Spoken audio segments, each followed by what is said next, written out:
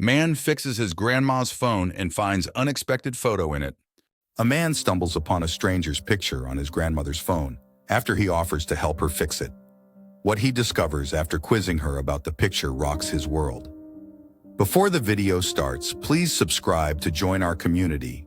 Your support helps us grow, and hit the notification bell to stay updated with our latest content. John was losing his mind. His grandmother Claire was not answering his calls, and because he was such a worrier, he could not make peace with that. He knew she was always with her cell phone. In fact, after the heart attack she suffered a month before, he had warned her always to keep her cell nearby, as he would often like to check up on her. Claire, who also had an unbelievable zest for life, did not mind John's doting. On the contrary, she welcomed it, which was what made him feel anxious when he could not reach her.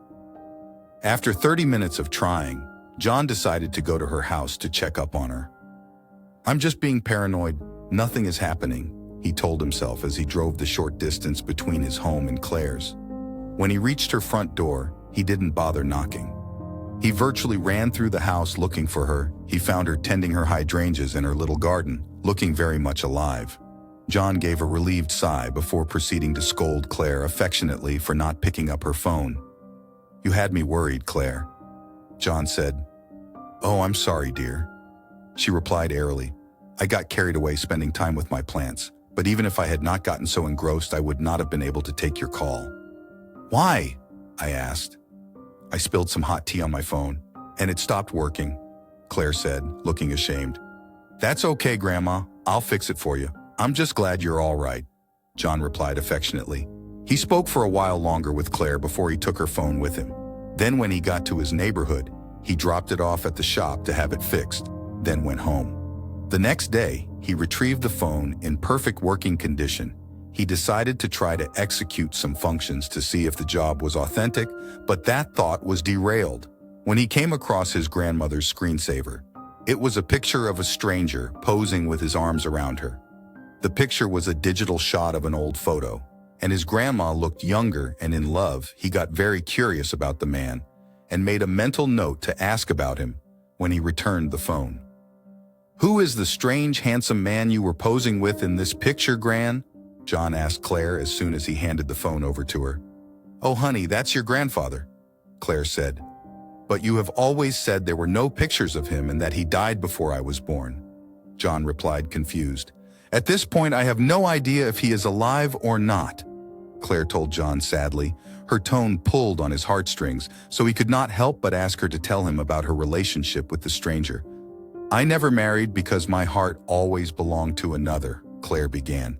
She told him that the man in the picture was Jonathan, a salesman who moved to Seadrift, her town, as a young man.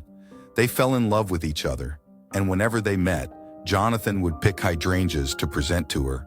One day he was called away for duty. He promised to return, but he never did. He just disappeared. Claire found out she was pregnant with his baby in the course of waiting for him. 1 month turned into 2 and 2 into 6, but still she waited. Just after she had her baby, a strong hurricane ravaged the town, leaving a lot of destruction and death in its wake. Claire's house was not spared, and with most of the town in the same state she had to move. Claire was a very fair woman who continued to attract male attention, even though she was already a mother. However, she paid those men no heed because she was already in love with one Jonathan. So in memory of her days with him, she would plant hydrangeas and wear a fresh one in her hair every day. John was almost crying by the time Claire was done. But one look at the sky saw him sobering up and moving into action. It was getting dark and stormy. He needed to get on the road because he hated driving under heavy rain. So after a quick goodbye to Claire, he headed out in his car, worried about the bad weather.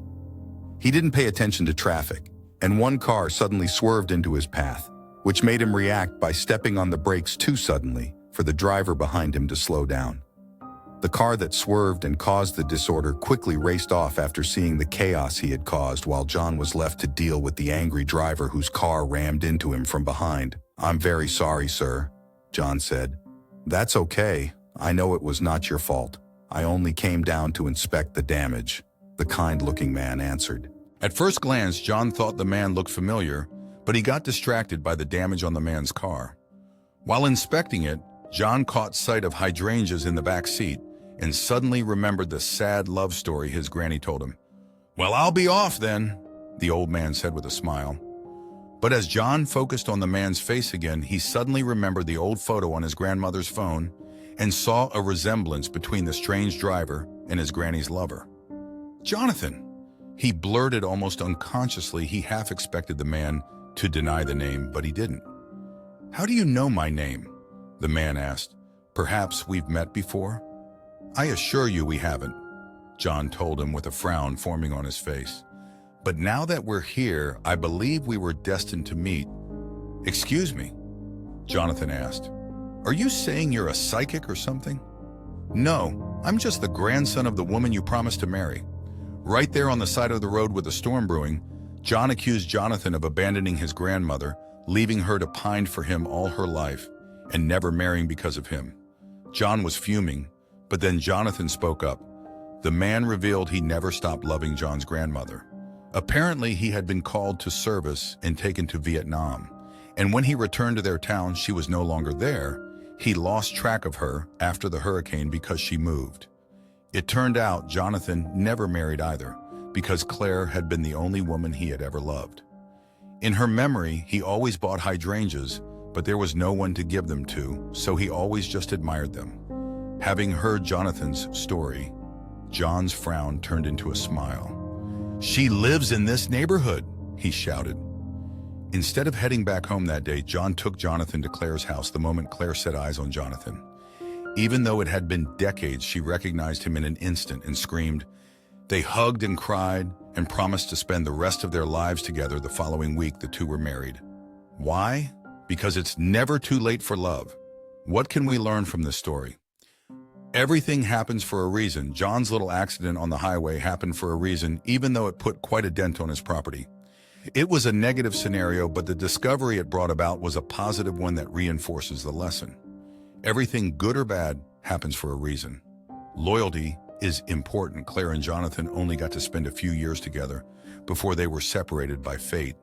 They never had the chance to get married, but they remained loyal to one another for decades by abstaining from marrying someone else.